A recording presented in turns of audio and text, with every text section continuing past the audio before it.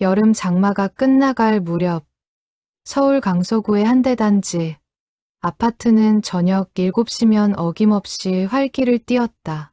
퇴근길 차들이 지하 주차장으로 빨려 들어가고 학원 차량에서 내린 아이들이 로비를 가로질러 뛰어갔다. 엘리베이터 앞에는 장을 본 주민들이 줄을 섰고 택배 상자를 든 배달원들이 분주히 오갔다.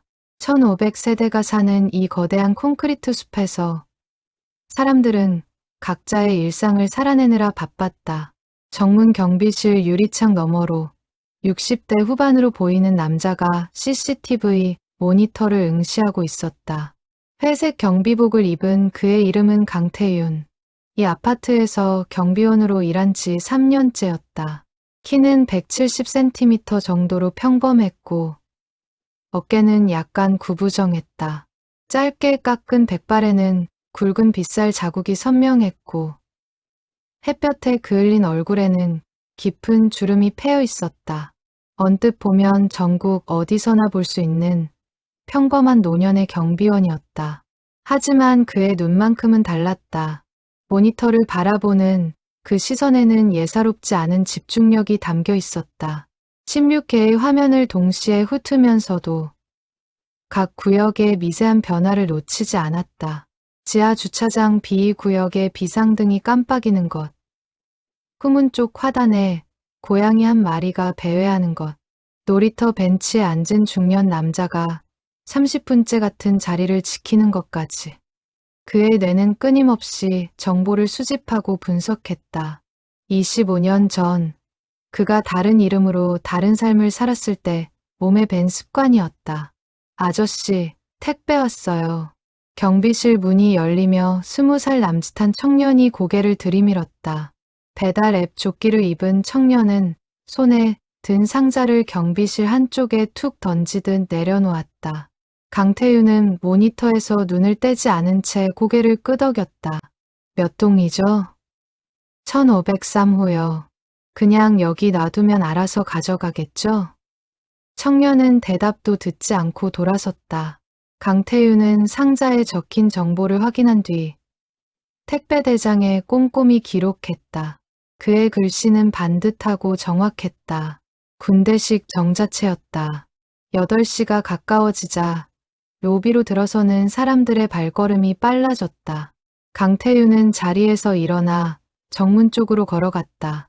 밤 근무조와 교대하기 전 마지막으로 정문 주변을 점검하는 것이 그의 습관이었다. 자동문 센서를 확인하고 소화기 위치를 재점검하고 비상벨 작동 상태를 살폈다. 다른 경비원들은 이런 글을 보며 쓸데없이 꼼꼼하다고 수군거렸지만 강태윤은 개의치 않았다. 어머, 경비 아저씨. 뒤에서 들린 목소리에 강태윤이 돌아섰다.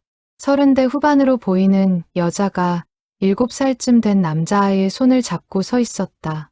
1205호에 사는 박미선이었다. 그녀는 늘 정중했지만 오늘따라 표정이 밝지 않았다. 안녕하세요. 강태윤이 허리를 살짝 숙여 인사했다. 박미선은 잠시 망설이다가 입을 열었다. 저기, 혹시 오늘 오후에 1200 라인 복도에서 수상한 사람 본 적 없으세요? 아까 집에 갔더니 현관문 손잡이에 누가 손댄 것 같아서요. CCTV 확인해 드릴까요? 아, 괜찮아요. 제가 예민한가 봐요. 그냥 요새 뉴스 보면 무서운 일이 많잖아요. 박미선은 아이의 손을 더 꽉 잡았다. 강태윤은 그녀의 불안한 눈빛을 읽었다. 25년 전이었다면 그는 즉시 해당 층 CCTV 영상을 전부 확인하고 의심스러운 인물의 동선을 추적했을 것이다. 하지만 지금의 그는 그저 경비원일 뿐이었다. 제가 오늘 밤 순찰 때 특별히 신경 쓰겠습니다. 혹시 또 이상한 점 있으시면 언제든 연락 주세요. 고마워요, 아저씨. 박미선은 안심한 듯 미소 지었다. 하지만 그 미소는 오래가지 않았다. 엘리베이터로 향하는 그녀의 뒷모습에서 강태윤은 여전히 긴장이 남아있음을 느꼈다. 밤 10시, 강태윤의 근무가 끝났다. 그는 경비복을 벗어 사물함에 걸고 낡은 점퍼를 꺼내 입었다. 야간 근무자인 50대 동료가 경비실로 들어서며 인사를 건넸다. 태윤 씨, 오늘도 수고했어요. 별일 없었죠? 네, 조용했습니다. 1205호 주민분이 현관문 쪽 신경 써달라고 하셨으니 순찰 때 한 번 더 봐주세요. 알겠습니다. 그럼 내일 봐요. 강태윤은 고개를 끄덕이고 경비실을 나섰다. 아파트 후문을 통해 밖으로 나가는 그의 발걸음은 느렸다. 근처 고시원까지는 걸어서 10분 거리. 그는 매일 같은 길을 걸으며 같은 시간에 잠들고 같은 시간에 일어났다. 규칙적이고 단조로운 삶. 아무도 주목하지 않는 삶. 그것이 지난 3년간 강태윤이 선택한 방식이었다. 고시원 3층 구석방에 들어서자 비좁은 공간이 그를 맞았다. 1평 남짓한 방에는 침대와 작은 책상, 옷장 하나가 전부였다. 창문 너머로 보이는 것은 맞은편 건물의 외벽뿐이었다. 강태윤은 점퍼를 벗어 걸고 책상 서랍을 열었다. 서랍 깊숙한 곳에서 낡은 수첩 한 권이 나왔다. 수첩을 펼치자 빼곡한 글씨가 나타났다. 날짜별로 기록된 일지였다. 2023년 7월 15일. 맑음. 오전 근무. 별다른 이상 없음. 오후 3시. 1500라인 복도에서 중년 남성 배회. 얼굴 특징 각진 턱. 왼쪽 눈썹에 흉터. 10분 후 퇴거. 그는 매일 이렇게 기록했다. 습관이었다. 아니, 강박에 가까웠다. 강태윤은 수첩을 덮고 침대에 누웠다. 천장의 낡은 형광등이 희미하게 깜빡였다. 그의 머릿속에는 오늘 만난 박미선의 얼굴이 떠올랐다. 불안해하는 그녀, 엄마 손을 꼭 잡은 아이. 25년 전 그에게도 지켜야 할 사람이 있었다. 하지만 그는 그들을 지키지 못했다. 눈을 감자 기억이 밀려왔다. 2000년대 초반 서울 도심의 어느 빌딩. 양복을 입은 젊은 강태윤이 복도를 걷고 있었다. 당시 그의 이름은 달랐다. 신분도 달랐다. 그는 국가안보를 담당하는 특수부서의 요원이었다. 대테러 작전, 요인 경우, 해외 정보 수집. 15년간 그가 해온 일들이었다. 그러나 단 한 번의 실수가 모든 것을 무너뜨렸다. 2008년 가을, 고위 공직자 경우 임무 중 발생한 사건. 그날의 세부 사항은 여전히 기밀이었지만 결과는 명확했다. 강태윤은 책임을 떠안고 조직을 떠났다. 아니, 쫓겨났다. 위증 협박까지 받으며 제가 더 조심했어야 했는데. 어둠 속에서 강태윤이 중얼거렸다. 그의 목소리에는 30년 묵은 후회가 배어 있었다. 밤은 깊어갔고 고시원 복도에서는 누군가의 기침 소리가 들렸다. 강태윤은 잠들지 못했다. 그는 언제나 그랬다. 과거는 결코 그를 놓아주지 않았다. 다음 날 아침 6시 강태윤의 알람이 울렸다. 그는 기계처럼 정확하게 눈을 떴다. 세수를 하고 면도를 하고 경비복을 입었다. 거울 속의 자신을 보며 그는 매일 같은 다짐을 했다. 오늘도 조용히, 눈에 띄지 않게. 3년 전 이 아파트에 처음 왔을 때부터 지켜온 원칙이었다. 아파트로 향하는 길, 편의점에 들러 삼각김밥 하나와 커피를 샀다. 계산대의 알바생은 그를 알아보지 못했다. 당연했다. 강태윤은 늘 다른 시간, 다른 편의점을 이용했다. 패턴을 만들지 않는 것, 그것 역시 오래된 습관이었다. 오전 7시, 강태윤은 경비실에 도착했다. 야간 근무자가 인수인계를 했다. 어젯밤엔 정말 조용했어요. 1205호 쪽도 아무 이상 없었고요. 수고하셨습니다. 강태윤은 간단히 대답하고 CCTV 모니터 앞에 앉았다. 그는 지난 밤 녹화 영상을 빨리 감기로 확인했다. 16개 화면을 동시에 주시하면서도 이상 징후를 놓치지 않았다.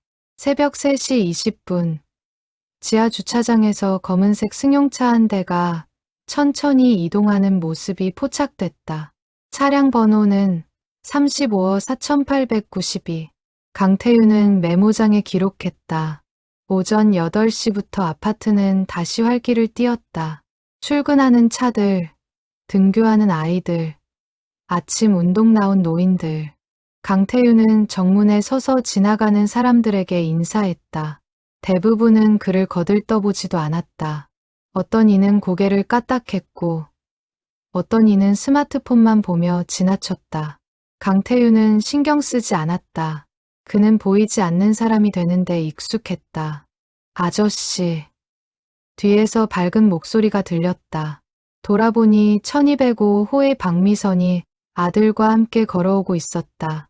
어제와 달리 그녀의 표정은 한결 편안해 보였다. 안녕하세요. 오늘은 괜찮으세요? 네, 아침에 확인해 보니 아무것도 아니었어요. 제가 너무 예민했나 봐요. 어제 신경 써주셔서 감사했어요. 천만에요. 불안하신 게 당연하죠. 박미선의 아들. 이름이 준서인 그 아이가 강태윤을 올려다봤다. 호기심 가득한 눈빛이었다. 아저씨, 여기서 매일 뭐 해요? 응. 아파트를 지키지. 준서 같은 친구들이 안전하게 다닐 수 있도록. 와, 멋있다. 나도 커서 아저씨처럼 될래요. 박미선이 쑥스러운 듯 웃으며 아들의 손을 잡아 끌었다. 준서야, 아저씨 바쁘시니까 우리 가자. 학교 늦겠다. 안녕히 가세요. 강태윤은 손을 흔들었다. 모자의 뒷모습을 바라보며 그는 묘한 감정을 느꼈다. 따뜻함과 쓸쓸함이 뒤섞인 감정. 25년 전 그에게도 지키고 싶었던 사람들이 있었다. 하지만 그는 그들을 잃었다. 오전 10시 아파트 관리사무소장이 경비실로 찾아왔다. 50대 중반의 그는 언제나 짜증 섞인 표정을 하고 있었다. 강태윤 씨, 어제 후문 쪽 화단에 담배꽁초가 또 버려졌던데 좀 신경 써줘요. 네, 확인하겠습니다. 그리고 주차장 CCTV 각도 조정해달라고 했는데 아직도 안 했어요? 오늘 오후에 하겠습니다. 에휴, 나이 드신 분들은 일 처리가 느려서 좀 빨리빨리 해요. 사무소장은 투덜대며 돌아갔다. 강태윤은 표정 하나 변하지 않았다. 그는 모욕에도 익숙했다. 3년 전 이곳에 처음 왔을 때부터 줄곧 들어온 말들이었다. 늙은이, 느린 사람, 쓸모없는 경비원. 하지만 강태윤은 참았다. 이곳은 그가 숨을 수 있는 유일한 공간이었으니까. 점심시간 강태윤은 경비실에서 간단히 식사를 했다. 편의점에서 산 도시락이었다. 혼자 먹는 밥은 언제나 빨리 식었다. 그는 플라스틱 포크로 밥을 떠먹으며 다시 CCTV 모니터를 확인했다. 오전에 기록했던 그 검은 승용차가 또다시 지하 주차장에 나타났다. 이번에는 비상구역. 운전자는 내리지 않고 차 안에 앉아 있었다. 10분 뒤 차는 천천히 빠져나갔다. 강태윤의 눈빛이 날카로워졌다. 25년 전 그가 배운 것 중 하나는 우연은 없다는 것이었다. 같은 차가 이틀 연속 같은 장소에 나타나는 것은 우연이 아니었다. 그는 메모장을 꺼내 차량 정보를 다시 확인했다. 35호 4892점, 검은색 현대 소나타, 운전자 남성, 추정 나이 40대, 야구 모자 착용. 오후 2시, 강태윤은 경비실 밖으로 나와 단지 내부를 순찰했다. 놀이터, 화단, 주차장, 각 동 출입구. 그의 발걸음은 느렸지만 시선은 쉬지 않고 움직였다. 후문 쪽 화단에서 담배꽁초 3개를 주웠고 1500동 뒤편 벤치에 앉아있는 중년 남자를 발견했다. 어제도 본 그 남자였다.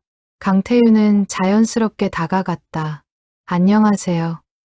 여기 사시는 분이세요? 남자가 고개를 들었다. 각진 턱, 왼쪽 눈썹의 흉터. 어제 수첩에 기록한 특징과 일치했다. 아니요. 그냥 잠깐 쉬고 있어요. 여기 경치가 좋아서. 그러시군요. 혹시 방문 목적이 있으시면 관리사무소에 말씀해 주세요. 규정상. 알겠습니다. 곧 가려던 참이었어요. 남자는 일어섰다. 강태윤은 그의 걸음걸이를 관찰했다. 왼쪽 다리를 살짝 절었다. 오른쪽 주머니가 약간 불룩했다. 스마트폰일 수도 있고 다른 물건일 수도 있었다. 남자는 후문 쪽으로 걸어갔고 강태윤은 그의 뒷모습이 사라질 때까지 지켜봤다. 경비실로 돌아온 강태윤은 다시 메모장을 꺼냈다. 중년 남성. 이틀 연속 출연. 벤치에서 대기. 왼쪽 다리 절뚝임. 목적 불명. 그는 펜을 놓고 창밖을 바라봤다. 무언가 잘못되고 있었다. 그의 본능이 경고하고 있었다. 하지만 확실한 증거는 없었다. 오후 5시 학원 차량들이 아파트로 들어오기 시작했다. 아이들이 우르르 내렸고 부모들이 마중 나왔다. 강태윤은 정문에 서서 교통정리를 했다. 그때 익숙한 얼굴이 보였다. 1205 호의 준서였다. 하지만 오늘은 박미선이 보이지 않았다. 대신 할머니로 보이는 노인이 손을 잡고 있었다. 준서야, 안녕. 강태윤이 손을 흔들자 준서가 활짝 웃으며 대답했다. 아저씨, 오늘 엄마는 바빠서 할머니가 데리러 오셨어요. 그래. 할머니 손 꼭 잡고 가야 해. 네. 준서와 할머니가 엘리베이터로 향했다. 강태윤은 그들을 지켜보다가 문득 이상한 느낌을 받았다. 뭔가 놓친 것 같았다. 하지만 정확히 무엇인지 알 수 없었다. 저녁 7시, 퇴근 시간이 다가왔다. 강태윤은 마지막으로 CCTV를 점검했다. 모든 화면이 정상이었다. 그는 경비복을 벗고 점퍼를 꺼냈다. 야간 근무자와 인수인계를 마치고 경비실을 나섰다. 후문을 통해 밖으로 나가는 순간 그의 휴대전화가 울렸다. 낯선 번호였다. 강태윤은 잠시 망설이다가 전화를 받았다. 여보세요? 강태윤 씨 맞으시죠? 낯선 여자의 목소리였다. 떨리고 있었다. 네, 그런데 누구시죠? 저 1205호 박미선이에요. 지금 큰일 났어요. 강태윤의 표정이 굳었다. 무슨 일이세요?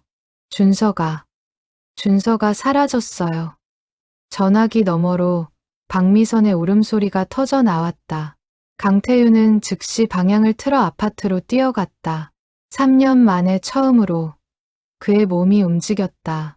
25년 전 현장으로 달려가던 그때처럼 강태윤이 1205 앞에 도착했을 때 복도는 이미 소란스러웠다. 박미선은 현관문 앞에서 전화기를 붙들고 흐느끼고 있었고 옆집 주민 몇 명이 그녀를 위로하고 있었다. 강태윤이 다가가자 박미선이 그를 보고 달려왔다. 아저씨, 준서가 없어요. 그녀의 목소리는 절박했다. 눈은 충혈돼 있었고 손은 떨리고 있었다. 강태윤은 침착하게 그녀의 어깨를 잡았다. 진정하시고 차근차근 설명해 주세요. 언제부터 안 보이셨어요? 오늘 오후 5시쯤 시어머니가 학원에서 데려왔는데 시어머니가 잠깐 화장실 가신 사이에 준서가 집 밖으로 나갔대요.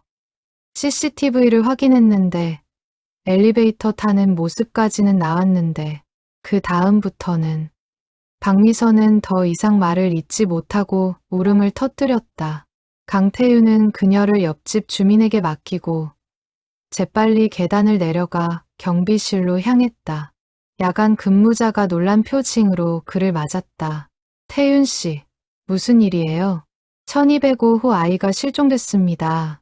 CCTV 영상 즉시 확인해야 해요. 두 사람은 모니터 앞에 앉았다. 강태윤은 오후 5시부터 영상을 되돌렸다. 오후 5시 12분.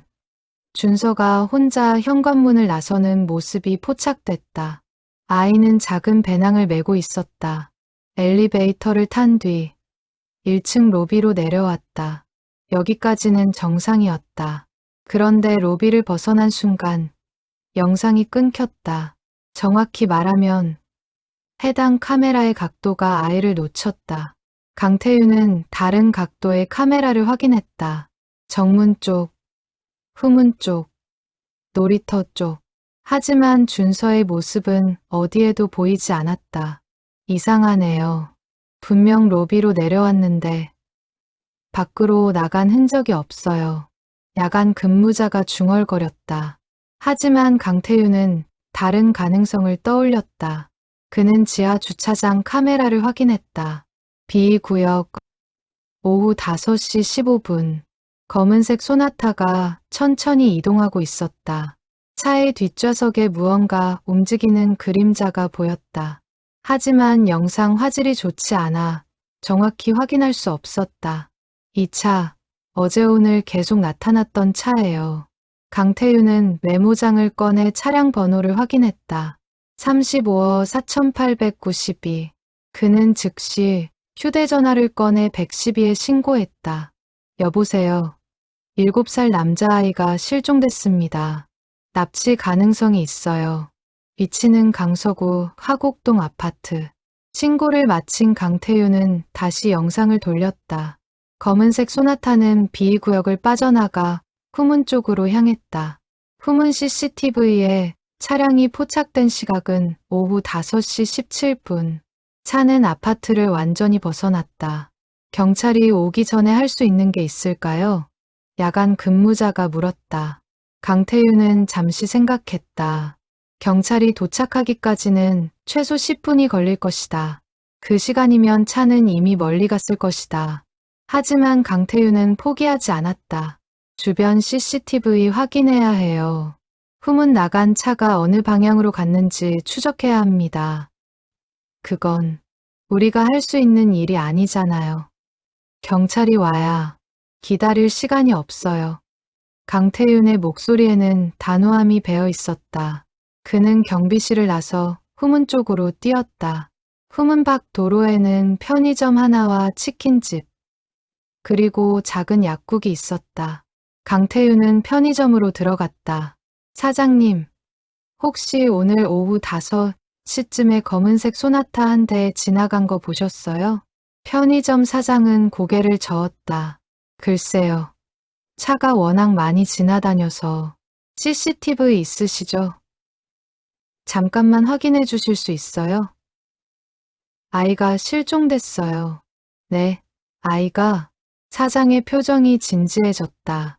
그는 강태윤을 카운터 안쪽으로 안내했다. 편의점 CCTV는 도로 쪽을 비추고 있었다. 강태윤은 오후 5시 15분부터 영상을 확인했다. 오후 5시 18분. 검은색 소나타가 화면에 나타났다. 차는 왼쪽으로 방향을 틀어 큰 도로로 진입했다. 저쪽 방향이 어디로 가는 길이에요? 올림픽대로 쪽이요. 거기서 강남이든 인천이든 어디든 갈 수 있어요. 강태윤은 고개를 끄덕이고 편의점을 나섰다. 그의 머릿속은 빠르게 돌아갔다. 올림픽대로까지는 차로 5분 거리. 범인은 아마 고속도로로 빠져나가려 할 것이다. 시간이 촉박했다. 경비실로 돌아오자 경찰차 한 대가 아파트 정문에 도착해 있었다. 2명의 경찰관이 내렸다. 강태윤은 그들에게 다가가 상황을 설명했다. 아이가 오후 5시 12분에 집을 나섰고 15분경 지하 주차장에서 검은색 소나타에 탑승한 것으로 보입니다. 차량 번호는 35호 4892점. 후문을 빠져나가 올림픽대로 방향으로 향했습니다. 경찰관 중 한 명이 메모하며 물었다. 목격자는 있습니까? CCTV 영상이 있습니다. 경비실에서 확인 가능합니다. 알겠습니다. 일단 영상부터 확인하겠습니다. 경찰들이 경비실로 향했다. 강태윤은 그들을 따라가려다가 문득 멈춰섰다. 그의 시선이 주차장 입구로 향했다. 어제 목격했던 그 중년 남자, 벤치에 앉아있던 남자, 그리고 오늘도 나타난 검은색 소나타. 이 둘 사이에 연결고리가 있을 것 같았다. 강태윤은 다시 메모장을 꺼냈다. 중년 남자의 특징을 적은 페이지를 펼쳤다. 각진 턱, 왼쪽 눈썹 흉터, 왼쪽 다리 절뚝임. 그는 눈을 감고 기억을 되살렸다. 남자가 벤치에 앉아 있을 때 무엇을 하고 있었는가? 스마트폰을 보고 있었다. 아니, 정확히는 스마트폰으로 무언가를 지켜보고 있었다. 놀이터. 강태윤이 중얼거렸다. 벤치에서 보이는 곳은 놀이터였다. 남자는 놀이터에서 노는 아이들을 관찰하고 있었던 것이다. 준서도 그곳에서 놀았을 것이다. 범인은 며칠 전부터 준서를 목표로 삼고 있었다. 강태윤은 경비실로 뛰어갔다. 경찰들은 여전히 CCTV 영상을 확인하고 있었다. 저기, 혹시 이틀 전 영상도 확인해 주실 수 있나요? 수상한 남자가 놀이터 근처를 배회했었어요. 그건 나중에 확인하겠습니다. 일단 오늘 영상부터. 나중이면 늦어요. 범인은 계획적으로 움직이고 있어요. 사전 답사를 했을 가능성이 큽니다. 강태윤의 목소리가 높아졌다. 경찰관이 놀란 듯 그를 쳐다봤다. 진정하세요, 아저씨. 저희가 전문가니까 알아서 하겠습니다. 강태윤은 입술을 깨물었다. 그는 자신이 할 수 있는 일의 한계를 느꼈다. 그는 더 이상 현장 요원이 아니었다. 그저 경비원일 뿐이었다. 밤 8시.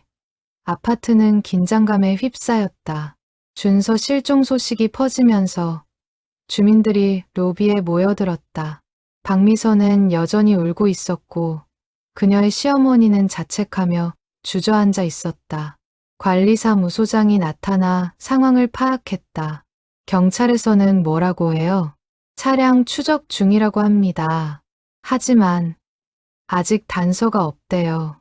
경찰관이 대답했다. 강태윤은 한쪽 구석에 서서 상황을 지켜봤다.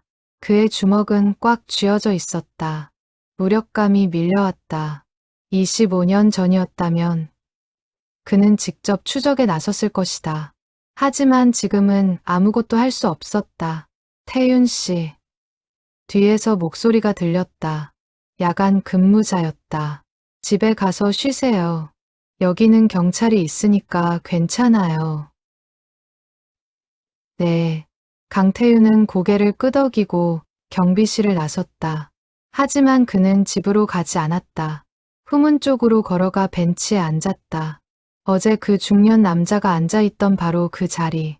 강태윤은 남자의 시선으로 놀이터를 바라봤다. 어둠 속에서 놀이터는 텅 비어 있었다. 그네가 바람에 흔들리고 미끄럼틀 위로 가로등 불빛이 비쳤다. 강태윤은 눈을 감았다. 그의 머릿속에서 25년 전의 기억이 되살아났다. 실패했던 임무, 지키지 못한 사람들, 그리고 그가 저지른 실수. 이번에는 놓치지 않겠어. 강태윤이 중얼거렸다. 그의 눈이 떠졌다. 그 눈빛에는 3년 만에 처음으로 결의가 타오르고 있었다. 강태윤은 벤치에서 일어나 고시원으로 돌아가지 않았다. 대신 그는 아파트 주변을 천천히 걸었다. 밤 9시가 넘었지만 그의 발걸음은 멈추지 않았다. 후문에서 편의점까지, 편의점에서 다시 아파트 정문까지. 그는 범인이 지나갔을 동선을 머릿속으로 그렸다.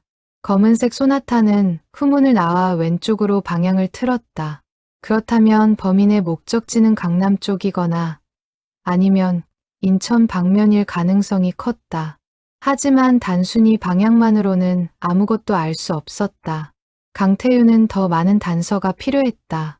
그는 다시 편의점으로 들어갔다. 아까와 같은 사장이 카운터에 앉아 있었다. 또 오셨네요. 아이는 찾았어요? 아직이요. 혹시 요 며칠 사이에 수상한 사람 본 적 없으세요? 각진 턱에 왼쪽 눈썹에 흉터가 있는 중년 남자요. 사장은 고개를 갸웃했다. 글쎄요. 손님이 워낙 많아서. 그런데 왜 그런 사람을 찾으세요? 아이 실종 사건과 연관이 있을 것 같아서요. 아, 그럼 경찰에 말씀하시는 게 경찰한테는 이미 말했어요.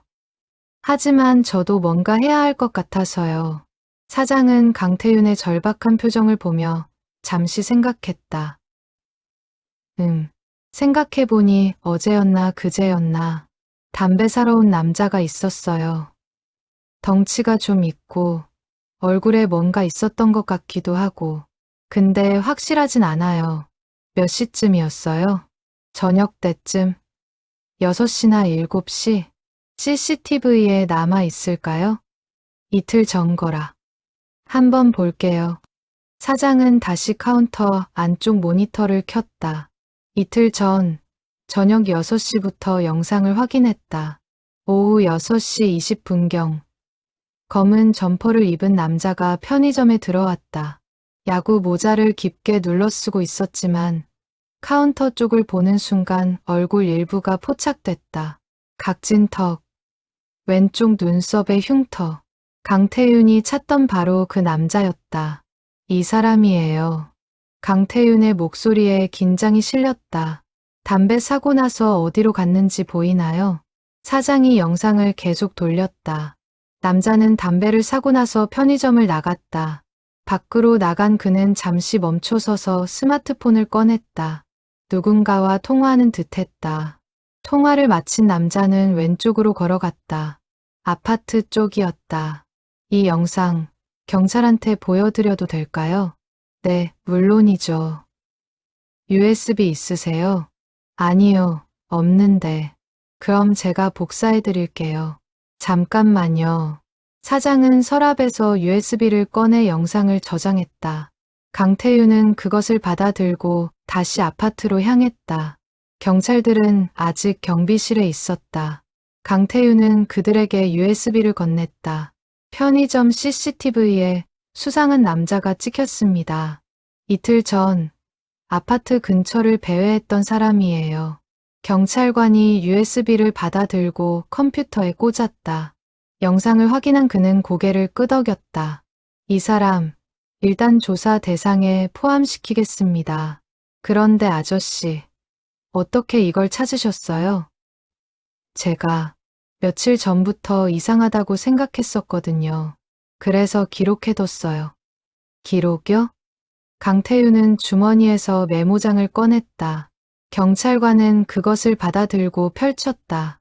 빼곡한 글씨, 날짜별 기록, 차량 번호, 인물 특징. 경찰관의 표정이 묘해졌다. 아저씨, 혹시 전에 무슨 일 하셨어요? 이런 기록은 보통 사람이 하는 게 아닌데. 강태윤은 잠시 망설였다. 그리고 짧게 대답했다. 옛날에 비슷한 일을 했었어요. 무슨 일이요? 말하기 어렵습니다. 중요한 건 이 메모가 도움이 될 수 있다는 거예요. 경찰관은 더 묻지 않았다. 그는 메모장을 사진으로 찍은 뒤 강태윤에게 돌려줬다. 고맙습니다. 많은 도움이 될 것 같아요. 아이를 꼭 찾아주세요. 최선을 다하겠습니다. 강태윤은 경비실을 나섰다. 밤 10시가 넘었다. 그는 고시원으로 향했지만 잠들 수 없을 것 같았다. 방에 들어서자마자 그는 책상 앞에 앉아 메모장을 다시 펼쳤다. 지난 며칠간의 기록을 처음부터 끝까지 다시 읽었다. 7월 20일 검은색 소나타 추연 차량 번호 35호 4892점 운전자 특징 불명확 7월 21일 중년 남자 놀이터 근처 벤치에 30분 대기. 왼쪽 다리 절뚝임. 7월 22일. 같은 남자 재출연. 스마트폰으로 놀이터 방향 주시. 7월 23일. 검은색 소나타 재출연. 지하 주차장 B23 구역 배회. 패턴이 보였다. 범인은 최소 나흘 전부터 아파트를 관찰했다. 준서만을 노린 것인지 아니면 다른 아이도 목표였는지는 알 수 없었다. 하지만 한 가지 확실한 것은 이것이 우발적 범죄가 아니라는 점이었다. 강태윤은 메모장을 덮고 창밖을 바라봤다. 맞은편 건물에서 불빛 몇 개가 깜빡였다. 그는 주먹을 쥐었다. 25년 전 그가 실수로 한 사람을 잃었을 때의 기억이 떠올랐다. 그때 그는 자신을 용서하지 못했다. 그리고 지금도 마찬가지였다. 준서, 꼭 찾아야 해. 강태윤은 중얼거렸다. 그는 침대에 누웠지만 눈을 감지 않았다. 천장을 응시하며 그는 가능한 모든 시나리오를 머릿속으로 그렸다. 범인은 왜 준서를 납치했는가? 금전적 목적인가? 아니면 다른 이유가 있는가? 만약 금전이 목적이라면 곧 협박 전화가 올 것이다.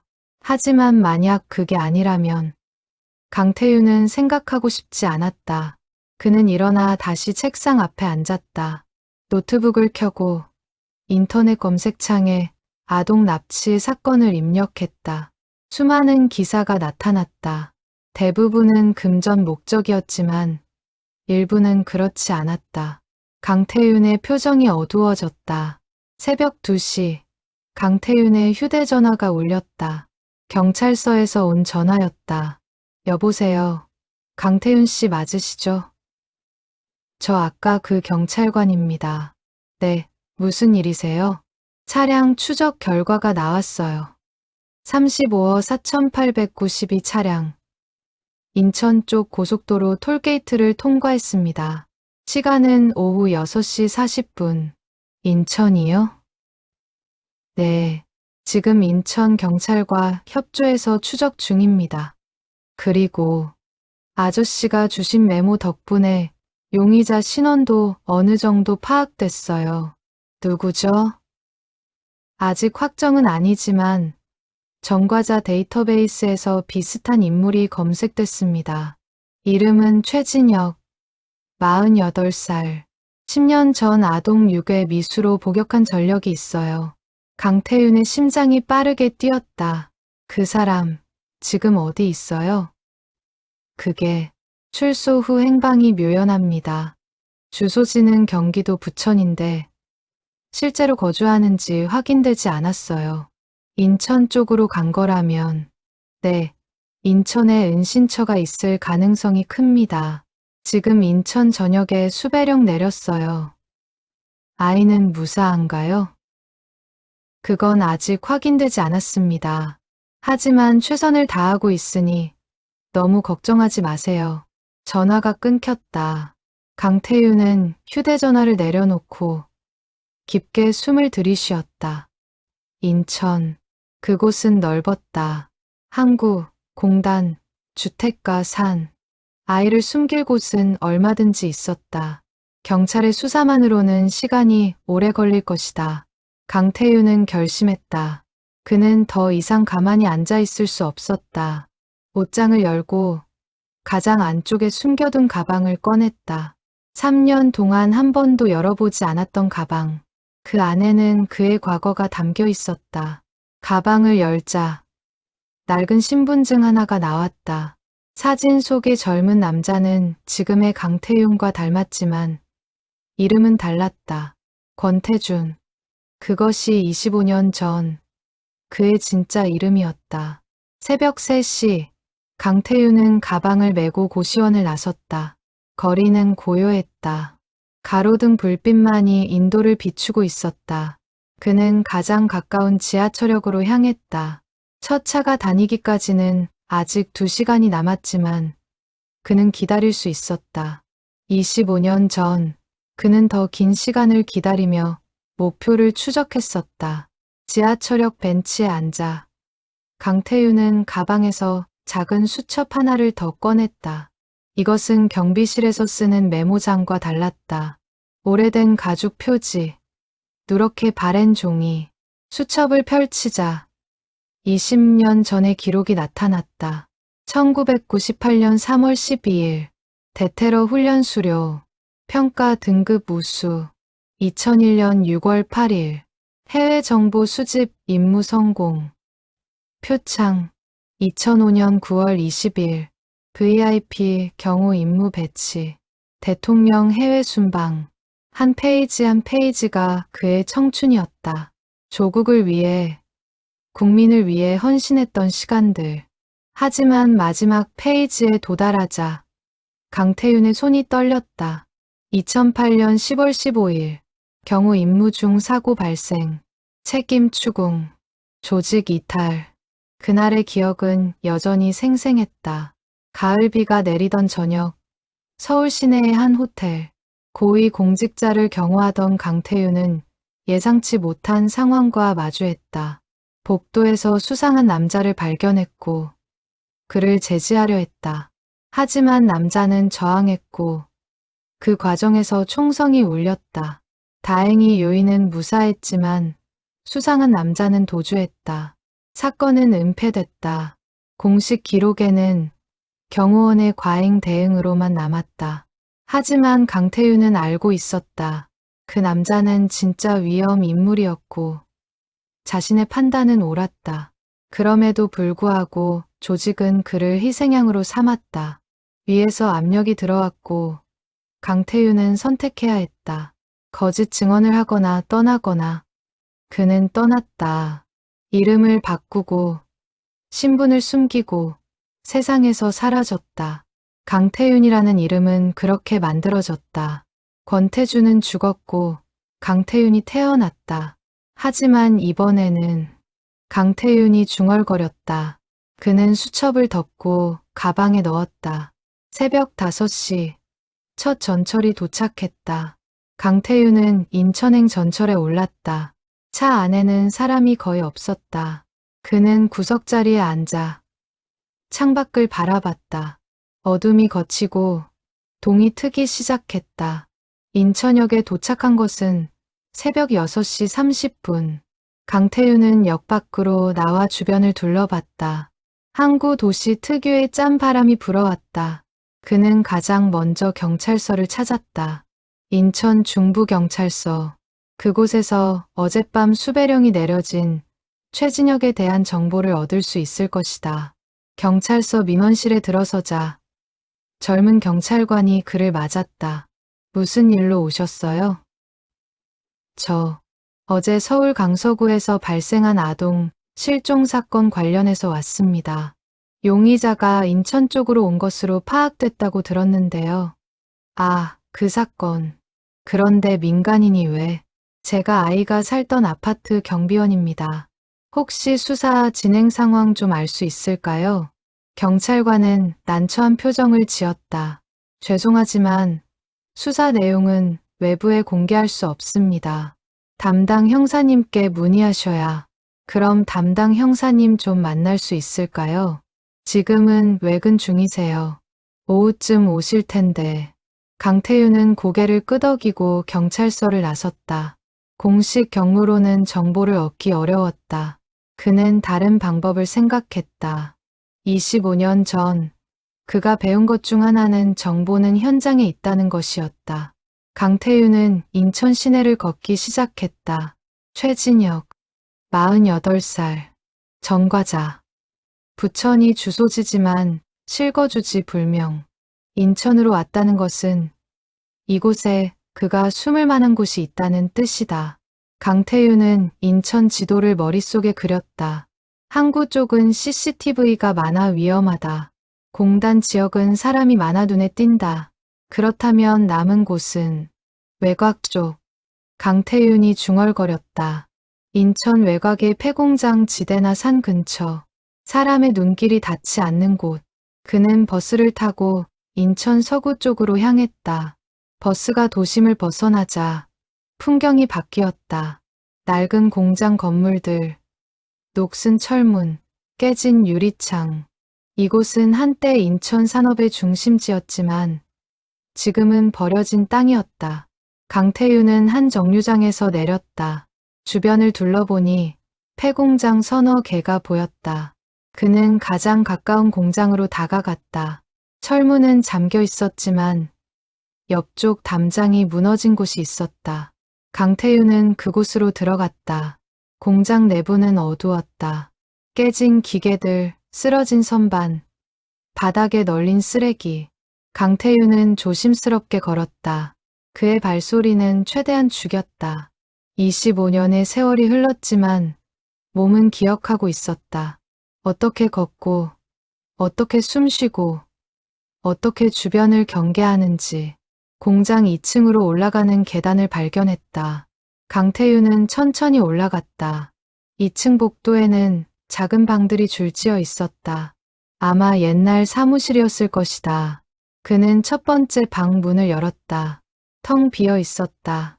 두 번째 방도 마찬가지. 세 번째 방에 도착했을 때 강태윤은 멈춰 섰다. 문틈으로 희미한 빛이 새어나오고 있었다. 누군가 안에 있었다. 강태윤은 숨을 죽이고 귀를 기울였다. 안에서 작은 소리가 들렸다. 아이의 울음소리 같았다. 강태윤의 심장이 빠르게 뛰었다. 그는 주머니에서 휴대전화를 꺼냈다. 112에 신고해야 했다. 하지만 그 순간 방 안에서 남자의 목소리가 들렸다. 닥쳐, 조용히 안 하면. 거친 목소리였다. 강태윤은 전화기를 주머니에 다시 넣었다. 경찰이 도착하기까지는 시간이 걸릴 것이다. 그 사이에 범인이 아이를 해칠 수도 있었다. 강태윤은 결단을 내렸다. 그는 문 앞으로 다가갔다. 손잡이를 천천히 돌렸다. 문은 잠겨 있지 않았다. 강태윤은 깊게 숨을 들이쉬었다. 그리고 25년 만에 그는 다시 현장 요원이 되었다. 문이 열렸다. 문이 열리는 순간 강태윤의 눈이 방 안 상황을 빠르게 스캔했다. 약 4평 정도 크기의 좁은 공간. 왼쪽 구석에 낡은 침대 하나. 그 위에 묶인 채 웅크리고 있는 작은 몸. 준서였다. 아이의 입에는 테이프가 붙어 있었고 손과 발은 밧줄로 묶여 있었다. 눈은 공포로 가득했지만 다행히 움직이고 있었다. 살아 있었다. 방 중앙에는 중년 남자가 서 있었다. 각진 턱, 왼쪽 눈썹에 흉터. 최진혁이 분명했다. 그의 손에는 작은 칼이 쥐어져 있었다. 과일 깎는 칼 정도의 크기였지만 아이를 위협하기에는 충분했다. 누구야? 최진혁이 소리쳤다. 그는 칼을 들어 준서 쪽을 향했다. 강태윤은 두 손을 들어 보이며 천천히 말했다. 진정하세요. 저는 경찰이 아닙니다. 거짓말. 어떻게 여길 찾았어? 우연히 지나가다가 소리를 듣고 왔어요. 저도 당신처럼 숨어 사는 사람입니다. 강태윤의 목소리는 차분했다. 그는 25년 전 인질협상 훈련에서 배운 것을 떠올렸다. 상대를 자극하지 말 것, 공감대를 형성할 것, 시간을 벌 것, 숨어 산다고? 무슨 소리야?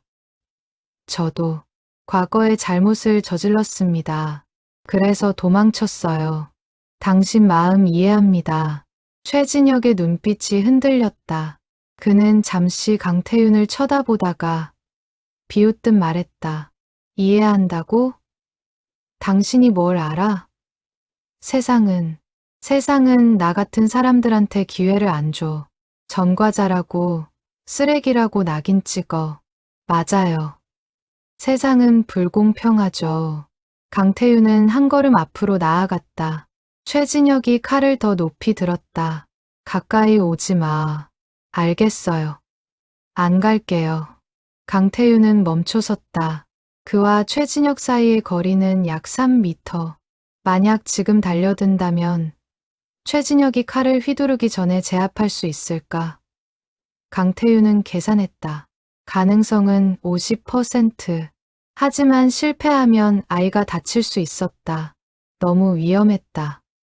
저 아이는 왜 데려온 거예요? 강태윤이 물었다. 최진혁은 잠시 침묵했다. 그리고 쓴웃음을 지었다. 돈 때문이야. 뭐 다른 이유가 있겠어? 저의 부모가 돈 많아 보이더라고. 몸값 받으려고. 아직 연락 안 했죠? 어떻게 알았어? 연락했으면 지금쯤 경찰이 여기 왔을 테니까요. 최진혁의 표정이 어두워졌다. 연락할까봐. 무서워. 전화하는 순간 위치 추적당할 거 아냐. 그럼 끝이야. 그럼 어쩔 건데요? 이대로 계속 여기 있을 건가요? 모르겠어. 생각 좀 해야 해. 최진혁의 목소리에 혼란이 묻어났다. 강태윤은 그 틈을 놓치지 않았다. 당신 계획이 없었죠? 충동적으로 저지른 거예요. 닥쳐. 아이를 풀어주세요. 아직 늦지 않았어요. 지금 풀어주면 형량이 줄어들 수 있습니다. 형량? 나한텐 이미 전과가 있어. 또 감옥 가면 10년은 썩는다고. 10년. 나올 땐 예순이야. 그럼 난 뭐가 돼? 최진혁이 소리쳤다. 그의 손이 떨렸다. 칼끝이 흔들렸다. 강태윤은 그 순간을 노렸다. 하지만 움직이지 않았다. 아직 아니었다. 예순에도 새로 시작할 수 있어요. 늦은 건 없습니다. 당신이 뭘 알아? 전과자가 어디 가서 일자리를 구해? 다들 나만 보면 피해. 쓰레기 취급해. 최진혁의 목소리가 갈라졌다. 눈가에 눈물이 맺혔다. 강태윤은 그 눈물을 보며 묘한 감정을 느꼈다. 최진혁은 악인이 아니었다. 절박한 사람이었다. 세상에 밀려나고 기회를 잃고 막다른 골목에 몰린 사람. 저도 비슷했어요. 강태윤이 조용히 말했다. 저도 모든 걸 잃었습니다. 직업도, 명예도, 가족도. 세상이 저를 버렸죠. 하지만 저는 살았어요. 그냥 하루하루를. 그게 무슨 위로가 돼? 위로가 아니에요. 사실이에요. 당신도 할 수 있어요. 하지만 지금 네 아이를 해치면 정말로 돌이킬 수 없게 됩니다. 최진혁은 고개를 떨구었다. 칼을 든 손이 천천히 내려갔다. 강태윤은 그 순간을 기다렸다. 최진혁이 완전히 방심하는 순간. 하지만 그 순간은 오지 않았다. 갑자기 밖에서 사이렌 소리가 들렸다. 경찰차였다. 누군가 신고한 것이다. 최진혁의 얼굴이 일그러졌다. 경찰, 내가 신고했구나. 아니에요. 저는 신고 안 했어요. 거짓말. 최진혁이 다시 칼을 들었다. 이번에는 준서가 아닌 강태윤을 향해. 그리고 달려들었다. 강태윤은 피하지 않았다. 대신 그는 앞으로 나아갔다. 최진혁의 칼을 든 손목을 정확히 잡았다. 손목을 비틀자 칼이 바닥에 떨어졌다. 으악. 최진혁이 비명을 질렀다. 강태윤은 그를 바닥에 눕히고 팔을 뒤로 꺾었다. 25년 만에 사용하는 체포술이었지만 몸은 기억하고 있었다. 완벽한 동작이었다. 움직이지 마세요. 더 저항하면 다칩니다. 강태윤의 목소리는 차갑고 단호했다. 최진혁은 더 이상 저항하지 않았다. 그는 그저 바닥에 얼굴을 묻고 흐느꼈다. 문이 벌컥 열리며 경찰관 3명이 들이닥쳤다. 그들은 상황을 파악하고 바닥에 쓰러진 최진혁에게 수갑을 채웠다. 한 경찰관이 강태윤에게 다가왔다. 괜찮으세요? 신고받고 왔는데 저는 괜찮습니다. 저 아이부터 풀어주세요. 경찰관이 준서에게 달려가 테이프를 떼고 밧줄을 풀었다. 준서는 울음을 터뜨렸다. 강태윤은 그 옆에 무릎을 꿇고 아이의 머리를 쓰다듬었다. 이제 괜찮아. 무서웠지? 이제 안전해. 준서는 강태윤의 품에 안겼다. 작은 몸이 떨리고 있었다. 강태윤은 아이를 꽉 안아주었다. 그의 눈가에 뜨거운 것이 흘렀다. 눈물이었다. 3년 만에 처음 흘리는 눈물. 고맙습니다. 준서가 작은 목소리로 말했다. 강태윤은 고개를 끄덕였다. 말은 필요 없었다. 경찰서로 돌아온 것은 오전 10시였다. 강태윤은 조사실에 앉아 있었다. 맞은편에는 수사를 담당한 형사가 앉아 있었다. 40대 중반으로 보이는 그는 날카로운 눈빛으로 강태윤을 관찰했다. 강태윤 씨, 어떻게 그 공장을 찾으셨죠? 추측이었습니다. 범인이 인천으로 왔다는 정보를 듣고 외곽 쪽을 수색했어요. 그냥 경비원이 그런 추측을 한다는 게 이상하지 않나요? 형사의 목소리에는 의심이 섞여 있었다. 강태윤은 잠시 침묵했다. 저는 예전에 비슷한 일을 했었습니다. 무슨 일이요? 말하기 어렵습니다. 범죄자를 제압하는 기술도 상당하던데요. 경찰 훈련 받은 적 있으세요? 강태윤은 고개를 저었다. 없습니다. 그럼 군대? 네, 군대에서 배웠습니다.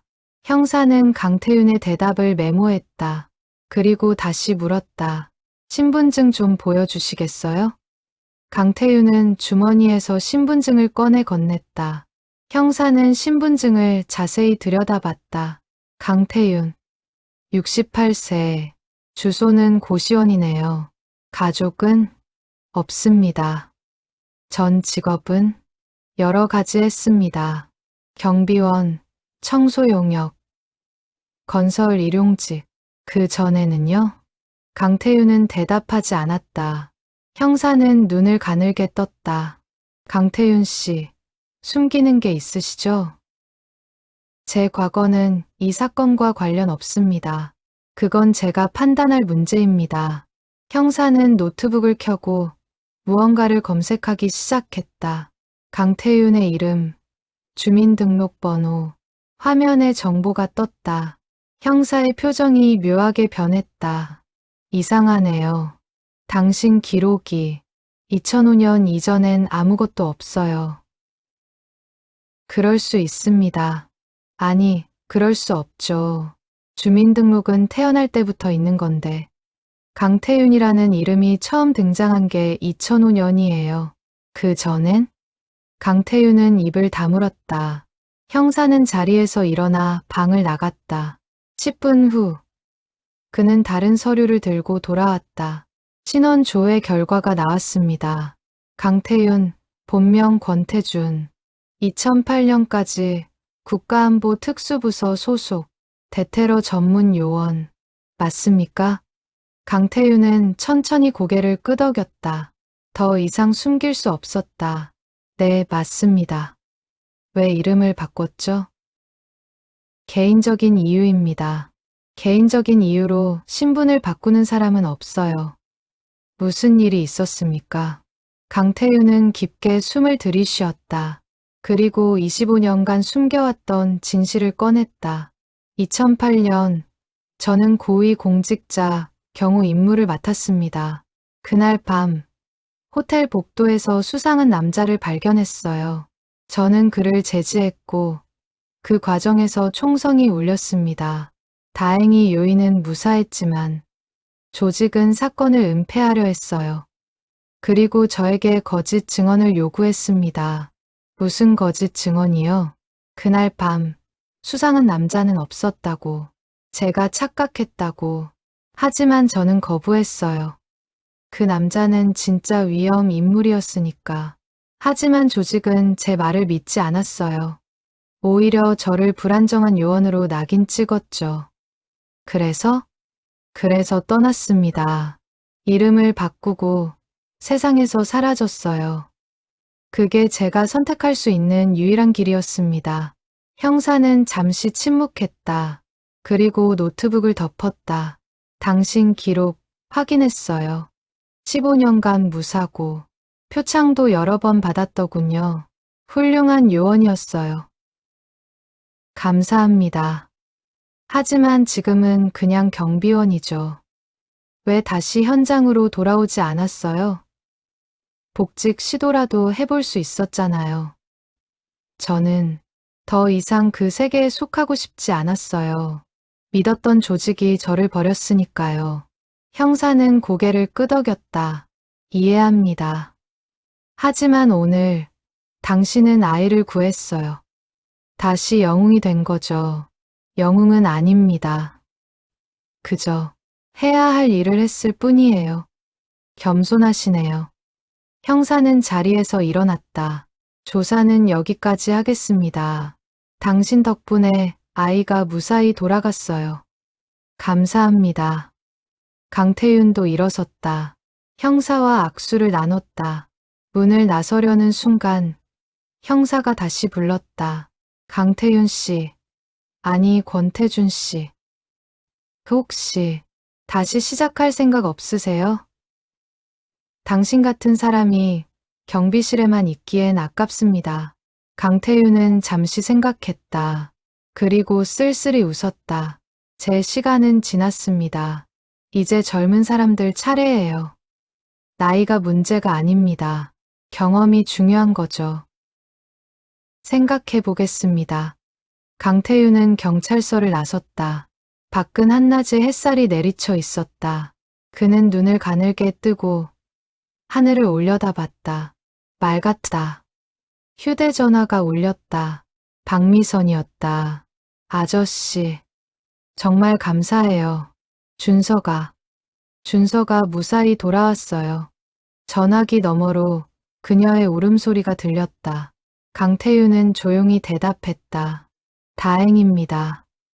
준서 괜찮나요? 네, 병원에서 검사 받았는데 다친 곳은 없대요. 그냥 많이 놀랐을 뿐이래요. 그럼 됐어요. 시간이 지나면 괜찮아질 거예요. 아저씨, 어떻게 감사해야 할지. 아니에요. 제가 해야 할 일이었어요. 아저씨, 혹시 시간 되시면 우리 집에 한번 오시겠어요? 준서가 아저씨 보고 싶어 해요. 강태윤은 잠시 망설였다. 그리고 대답했다. 네, 가겠습니다. 전화를 끊고 강태윤은 지하철역으로 향했다. 서울로 돌아가는 길. 그는 창밖을 바라보며 생각했다. 오늘 그는 25년 만에 처음으로 자신이 누군지 기억했다. 권태준, 조국을 지키던 요원, 그리고 지금은 평범한 사람들을 지키는 경비원. 어쩌면 강태윤이 중얼거렸다. 어쩌면 이게 제 두 번째 인생인지도 모르겠네요. 사흘 후 강태윤은 다시 아파트 경비실에 앉아 있었다.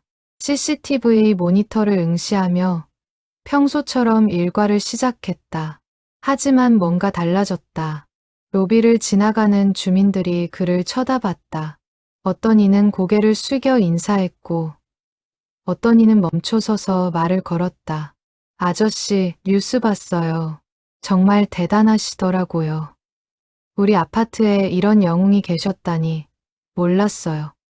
앞으로 더 안심하고 살 수 있을 것 같아요. 강태윤은 어색하게 웃으며 대답했다. 과찬이세요. 그냥 운이 좋았을 뿐입니다. 하지만 주민들의 시선은 변함없었다. 그는 더 이상 보이지 않는 사람이 아니었다. 아파트를 지키는 영웅이었다. 강태윤은 그 변화가 불편했다. 그는 주목받는 것을 원하지 않았다. 조용히 눈에 띄지 않게 살고 싶었다. 오후 3시 박미선이 준서와 함께 경비실을 찾아왔다. 준서는 강태윤을 보자마자 달려와 안겼다. 아저씨. 오, 준서. 많이 나아졌구나? 네, 이제 안 무서워요. 아저씨가 구해줘서요. 박미선은 손에 든 봉투를 강태윤에게 건넸다. 이거 정말 작은 거지만 감사의 마음이에요. 꼭 받아주세요. 아니에요. 이럴 필요 없습니다. 아저씨, 제발요. 이거라도 안 드리면 제가 너무 죄송해서. 강태윤은 결국 봉투를 받았다. 무겁지 않았다. 아마 상품권이나 소액의 현금일 것이다. 그는 고개를 숙여 인사했다. 감사히 받겠습니다. 아저씨, 그리고 오늘 저녁에 저희 집에서 식사 한번 하시겠어요? 남편도 아저씨 뵙고 싶어 해요. 강태윤은 잠시 망설였다. 하지만 준서의 기대에 찬 눈빛을 보자 거절할 수 없었다. 네, 가겠습니다. 저녁 7시. 강태윤은 천이 베고 호의 초인종을 눌렀다. 문이 열리고 박미선의 남편이 나타났다. 30대 후반으로 보이는 그는 정중하게 인사했다. 들어오세요. 정말 감사합니다. 거실은 따뜻했다. 식탁에는 음식이 가득 차려져 있었다. 강태윤은 자리에 앉았고 준서는 그 옆에 바짝 붙어 앉았다. 아저씨, 이거 드세요. 준서가 반찬을 떠서 강태윤의 접시에 올렸다. 강태윤은 미소 지었다. 고마워, 준서. 식사 중 박미선의 남편이 물었다. 아저씨, 뉴스에서 봤는데 원래 국가안보 쪽에서 일하셨다면서요? 네, 오래전 일이에요. 대단하세요. 그런데 왜 경비 일을 하시게 된 거예요? 강태윤은 잠시 망설였다. 그리고 조심스럽게 대답했다. 복잡한 사정이 있었어요. 하지만 지금은 이 일이 좋습니다. 평범하고 조용하니까요. 하지만 아저씨 같은 분이 경비실에만 계시기엔 괜찮아요. 저는 이제 나이도 많고 새로운 시작을 할 힘도 없어요. 박미선이 끼어들었다. 아저씨, 그렇게 말씀하지 마세요. 아저씨는 우리 아파트의 영웅이에요. 준서뿐만 아니라 모든 주민들이 아저씨를 존경해요. 영웅은 아닙니다. 그냥 할 수 있는 일을 했을 뿐이에요. 식사를 마치고 강태윤은 준서에게 작별 인사를 했다. 준서, 앞으로 조심해야 해. 모르는 사람 따라가면 안 돼. 네, 그리고 아저씨. 저 커서 아저씨처럼 멋진 사람 될래요. 그래, 넌 할 수 있어. 강태윤은 집을 나섰다.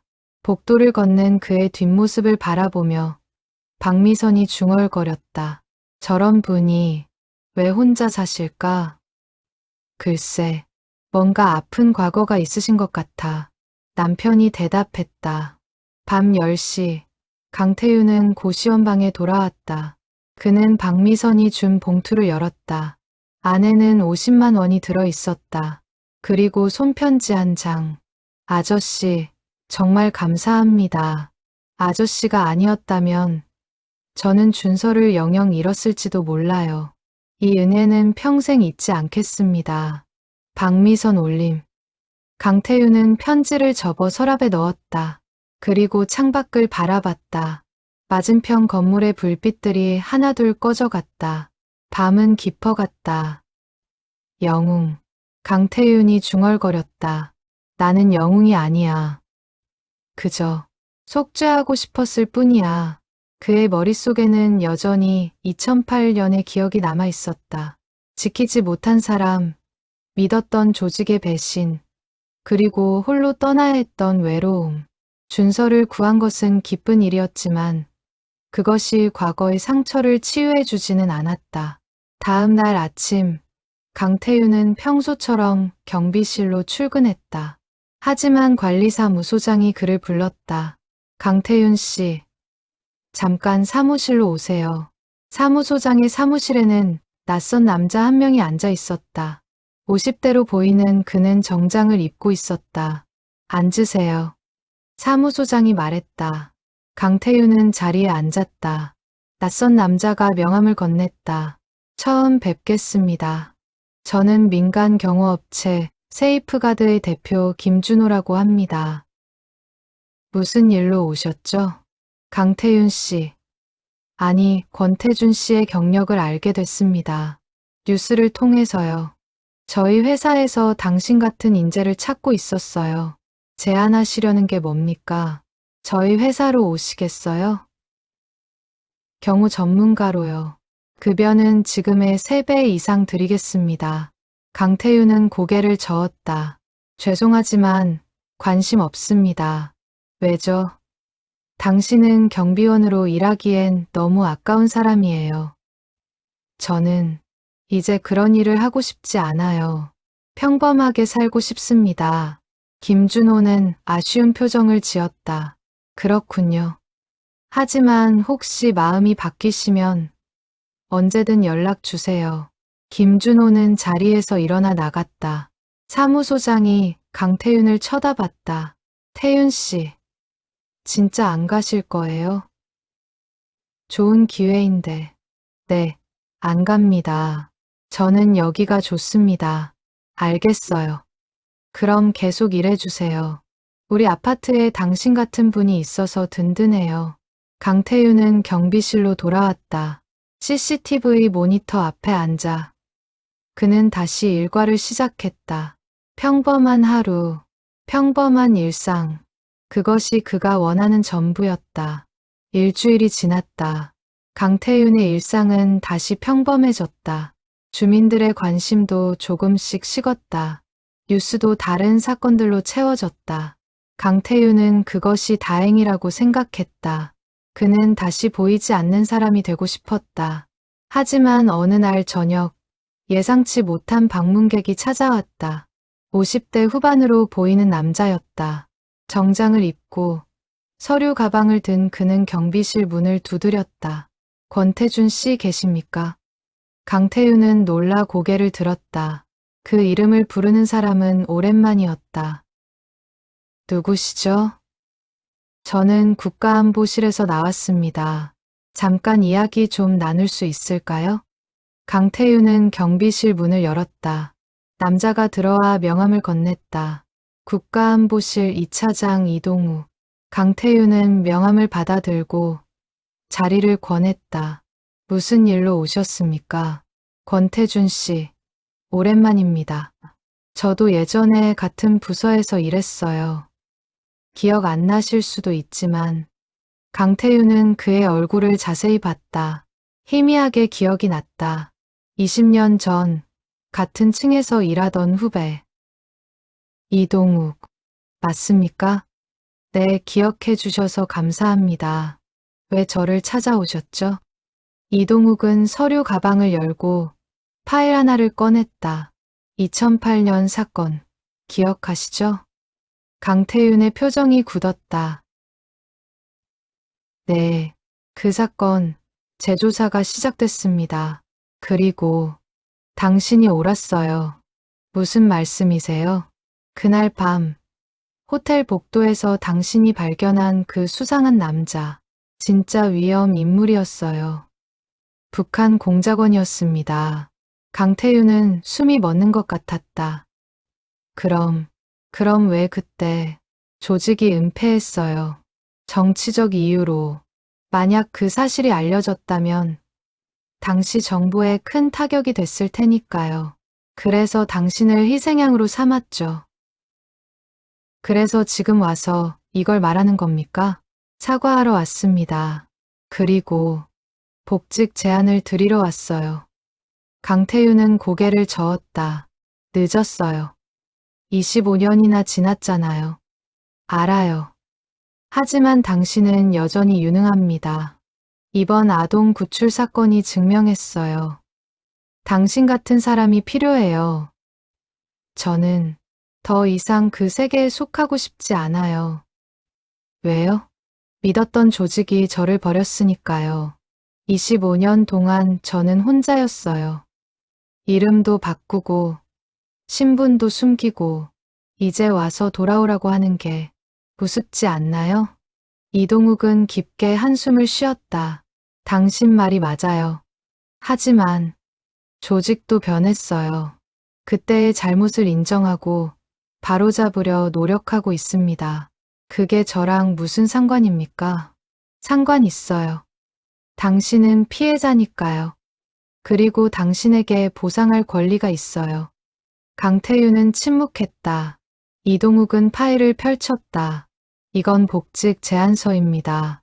계급 복원, 밀린 급여 소급 지급, 그리고 명예 회복 다 포함돼 있어요. 제 명예는 돈으로 살 수 없습니다.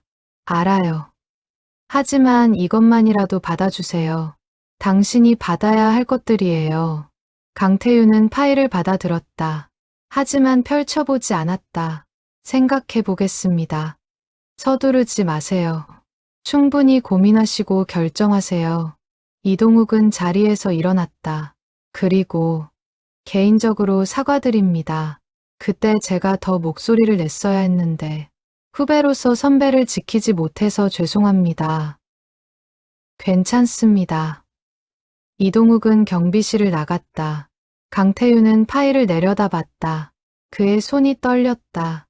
25년 만에 찾아온 진실, 그리고 사과.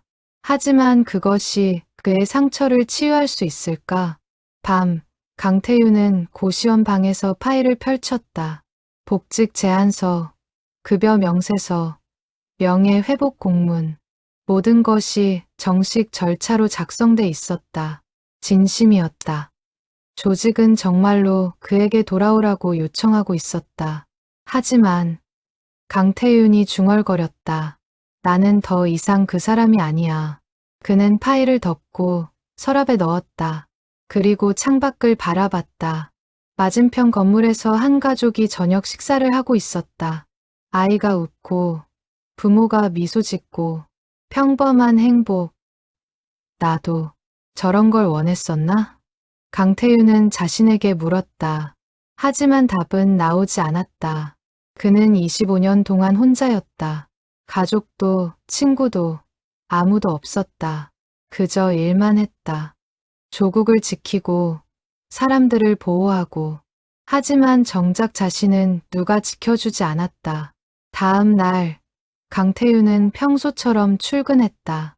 하지만 마음 한쪽이 무거웠다. 복직 제안을 받아들여야 할까? 아니면 거부해야 할까? 그는 고민했다. 점심시간, 준서가 할머니와 함께 경비실을 찾아왔다. 아저씨. 오, 준서. 어쩐 일이야? 아저씨 주려고 그림 그렸어요. 준서는 작은 종이를 내밀었다. 크레파스로 그린 그림이었다. 한쪽에는 경비 유니폼을 입은 사람, 다른 쪽에는 작은 아이. 두 사람이 손을 잡고 있었다. 이거, 나랑 너. 네, 아저씨는 영웅이에요. 강태윤은 그림을 받아들고 미소 지었다. 가슴이 따뜻해졌다. 고마워, 준서. 정말 예쁘다. 아저씨, 계속 여기 있을 거죠? 응? 다른데 안 가고 계속 우리 아파트 지킬 거죠? 강태윤은 잠시 망설였다. 그리고 대답했다. 그럼 여기 있을게.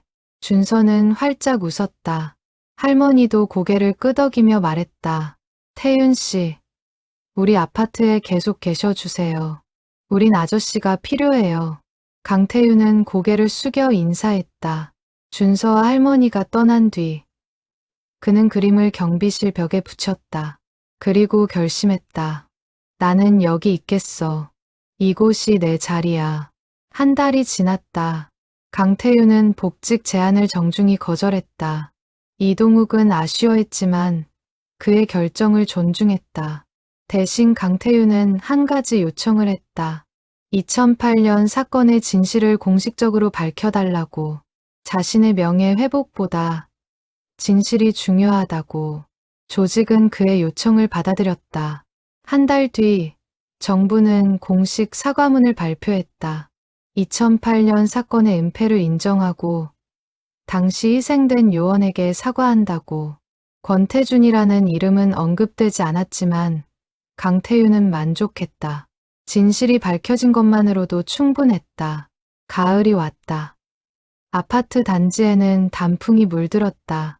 강태윤은 여전히 경비실에 앉아 CCTV를 모니터링했다. 하지만 이제 주민들은 그를 무시하지 않았다. 지나가며 인사했고 가끔은 멈춰서서 이야기를 나눴다. 아저씨, 오늘 날씨 좋네요. 네, 가을이라 그런지 선선해요. 건강 조심하세요. 감사합니다. 작은 대화들, 하지만 그것들이 강태윤에게는 큰 의미였다. 그는 더 이상 혼자가 아니었다. 이 아파트의 일부였다. 어느 날 오후, 박미선이 준서와 함께 경비실을 찾아왔다. 준서는 이제 완전히 밝아져 있었다. 악몽도 사라졌고 학교 생활도 잘하고 있었다. 아저씨, 이거 드세요. 준서가 작은 상자를 내밀었다. 열어보니 손수 만든 쿠키였다. 준서가 만들었어요? 네, 엄마랑 같이 만들었어요. 고마워. 정말 맛있겠다. 박미선이 옆에서 말했다. 아저씨, 다음 주가 준서 생일이에요. 저희 집에서 작은 파티하는데 꼭 오세요. 제가 가도 될까요? 당연하죠. 준서가 아저씨 꼭 오셨으면 좋겠대요. 그럼 가겠습니다. 다음 주 강태윤은 1205호를 방문했다. 집 안은 풍선과 장식으로 꾸며져 있었고 준서의 친구들이 모여 있었다. 강태윤은 준서에게 작은 선물을 건네다. 공룡 모형이었다. 와, 티라노사우루스다. 감사합니다, 아저씨. 생일 축하해, 준서. 파티가 한창일 때 박미선의 남편이 강태윤에게 다가왔다. 아저씨, 한 가지 여쭤봐도 될까요? 네, 뭐든지요. 아저씨는 가족이 없으세요? 강태윤은 잠시 침묵했다. 그리고 조용히 대답했다. 네, 없어요. 오래전에 모두 잃었습니다. 죄송해요. 괜히 여쭤봤네요. 괜찮아요. 하지만 지금은 여러분이 있잖아요. 이 아파트 사람들이 제 가족 같아요. 박미선의 남편은 미소 지었다. 저희도 그렇게 생각해요. 아저씨는 우리 가족이에요. 파티가 끝나고 강태윤은 집으로 돌아왔다. 고시원 방에 들어서자 평소보다 덜 쓸쓸했다. 그는 책상 위에 놓인 준서의 그림을 바라봤다.